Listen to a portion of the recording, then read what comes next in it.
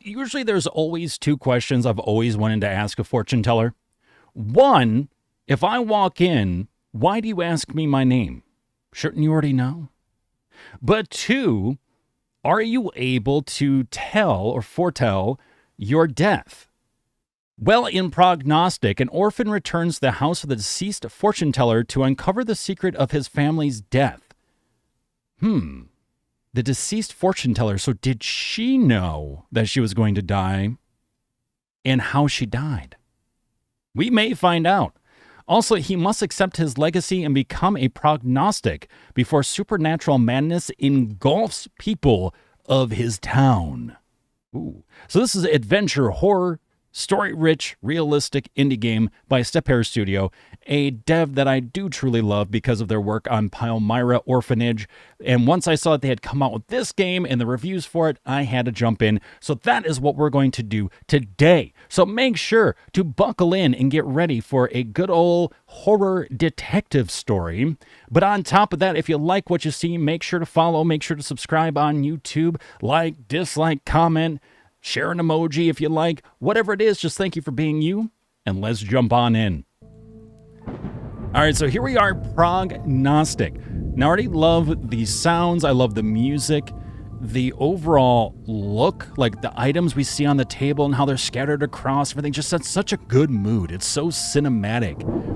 And it's so cool to think that they actually designed all this. They placed every single item and stuff like that and just created this really neat image that we get to as soon as we enter into the game.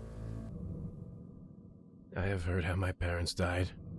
My brother and I were sitting in a locked bedroom and could only listen. We heard the knife stabs until their screams stopped. The police decided that our parents were accidentally killed during the robbery. Accidentally? I never believed it. They accidentally fell on the knife? No one had any money, especially immigrants like us. Accidentally? After a month in the orphanage, we were picked up by the only remaining relative in the States, a woman named Randolph, a medium, our grandmother. Our mom never talked about her, and hid away her letters without opening them. I think that Mrs. Randolph thought that she cared about us. She taught us. I still remember rituals, prayers, and constant promises to reveal what happened to our parents. But later, it was always later. When will we be ready? My brother was the first one to escape. He joined the police force. I left her after. I, like my mother before, did not respond to her letters. They were just another promise to reveal some secret if I came back. When they stopped, I sighed with relief. Finally. A local lawyer visited us shortly after. Grandmother was killed, stabbed with a knife. Like the parents? They suspect a Jesus. robbery. The voices Again? of my parents came back. Yeah, so They are not alone. Our town is eating itself. Death comes for our people, for my friends. I can't take it anymore. Grandmother was trying to understand what was wrong. She tried to tell us, and I'm starting to believe her. She solved crimes. She helped the police to find the perpetrators. I have to take her place. I have to go back to her house.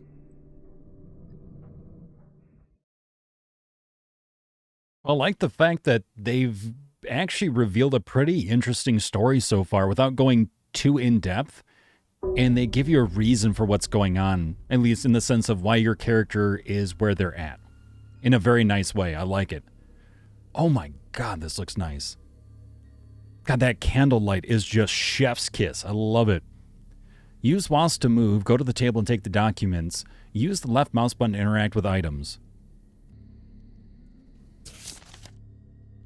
Your brother is a police officer who needs your help. Every day he will send you a new crime case. Your goal is to solve it. You can use divination rituals to uncover new clues. Once you find the culprit, find out the report and send it to your brother. Solve the test case to convince your brother to accept your help. Okay, so we are literally lifting up and picking up the mantle that our grandmother, Mrs. Randolph or whatever, left behind. Someone had to become, what is it, like a seer, basically. Had to become the next seer to try to help solve cases. Oh, we have dossiers: Patrick Willis, Zachary Morris, Harrison Hawkins, Andrew May, and Jack Polson. This is very different than I was expecting already. So this is November 23rd, 1904. Wow, all right. Why did you come back? We've been watching this old woman go crazy through all our childhood, and now you want to take her place? What are you doing? Well, fine. You want me to help you? Then let's conduct a small test.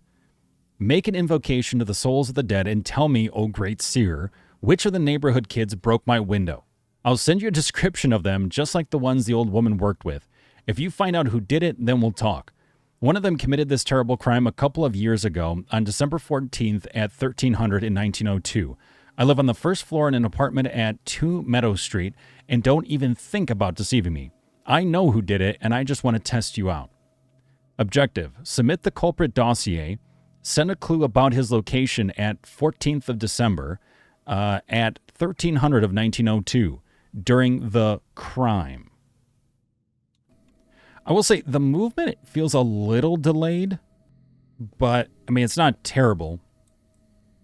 It does kind of throw my brain off a little bit because my hand has already moved and then the camera kind of moves. Other divinations can only work while the ritual candle is lit. Light a candle by using instructions from the book. Hold down the right mouse button to take a closer look. Oh, we are ready. Let's go. The doors of all ritual rooms are marked with clues. Find a room with a wall map. It has a symbol of a compass. Yeah, and as we can see, we have created a connection because all the candles are blue. Oh yeah, door of the compass. Oh, interesting. Okay, so we light the incense or the candle over there. And then this is like the ritual room. Oh, shit. All right. So December 14th. 1902.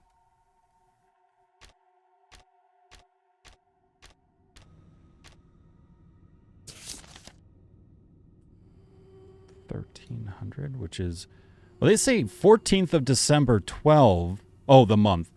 At 1300.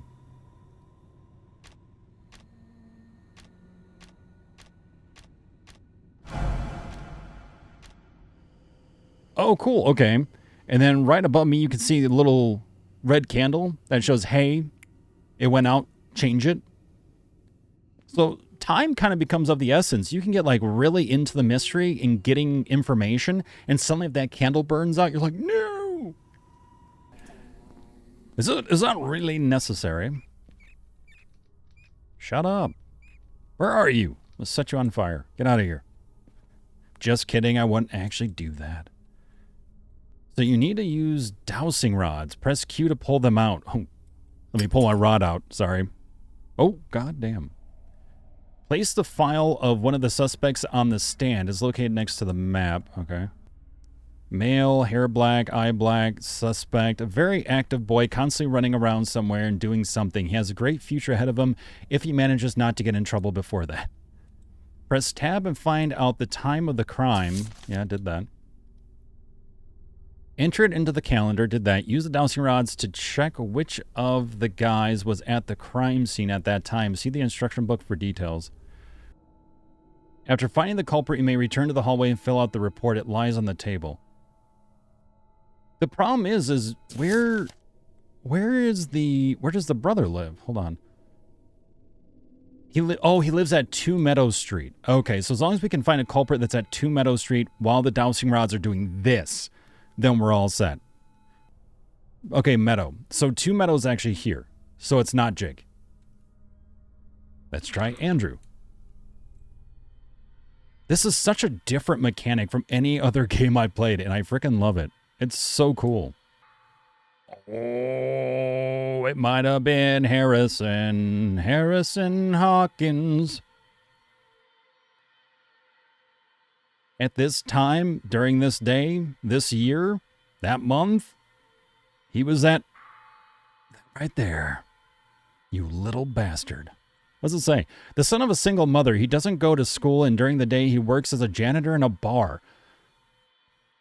At the age of 14, goddamn. I know this is the early 1900s, but damn.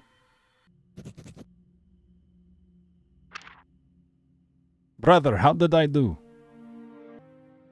Neophyte. New achievement unlocked. Her methods are working. Who would have thought? Well, okay. If you're so anxious to find out what's wrong with our town, let's work on it together. Day 1. Gift from God. I was allowed to take part in the preparation for a major court hearing. On the outskirts of town at 18 Barnhill Street lies the Fulton Farm, home for a closed and deeply religious family. As it turned out, they were too religious. Earlier this year, one of them murdered their youngest relative in their own home as a sacrifice. All the Fultons now cover the murderer, but only one of them made the sacrifice.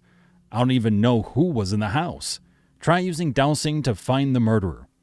Send the killer's dossier, send his or her distinctive feature by using dowsing ritual on the victim. Send where the killer was during the murder. The time of death is marked in the victim's dossier. Oh, this space is now open. This was closed off originally for the very beginning tutorial. Oh, wow, this house is much bigger. I wonder if as you do the different cases, more and more of the house opens up. That would be really cool. Let's go ahead and do the candle. Yes.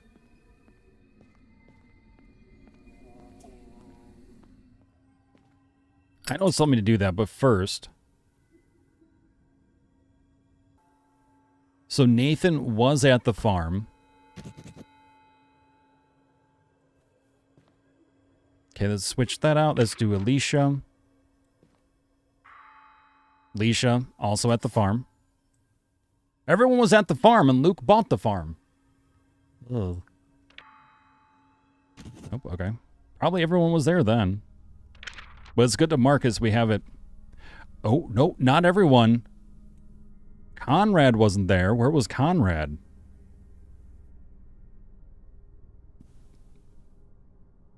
Was he hanging out with the Virgin Mary? What's going on? Go this way, this way. Rude. The hell was that? I swear to God, I will rod you so hard.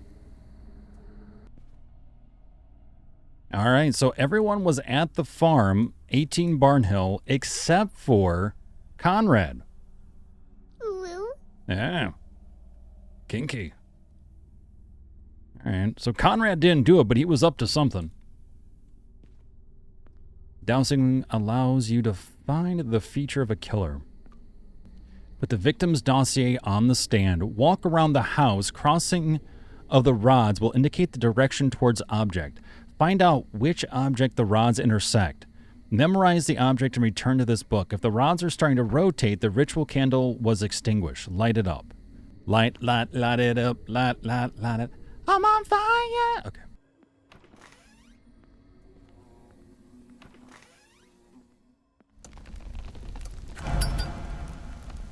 Light it up. Light it up. On fire.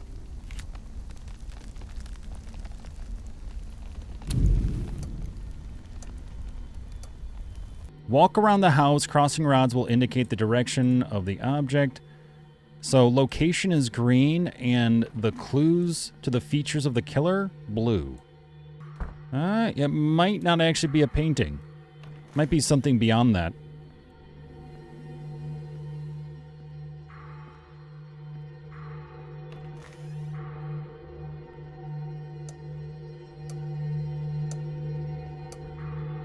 Ah, it's a clock.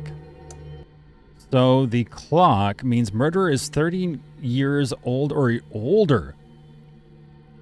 So it was not the mother. Because the mother was like anywhere between 26 and 28.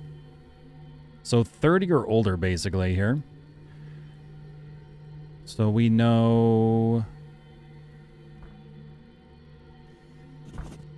There we go. And we definitely know it's not Conrad. He was somewhere completely different. Could have been Annabelle. And it probably was Annabelle.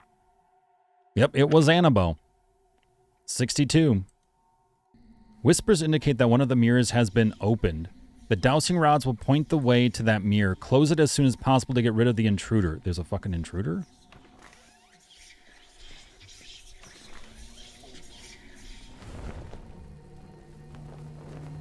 Ah. Now you are on your own, solve the case. Oh. So because you're making a connection to the other side, it's a two-way door.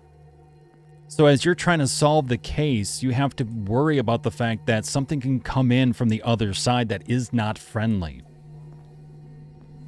Oh. Okay. That gave me some chills. Ah. I heard something terrible today. I just heard a woman blaming her husband for not being able to kill his own grandson. Annabelle had to do it herself to appease the voice of God. This case gave me an idea about death of our grandmother. The strengths of different people should be different, right?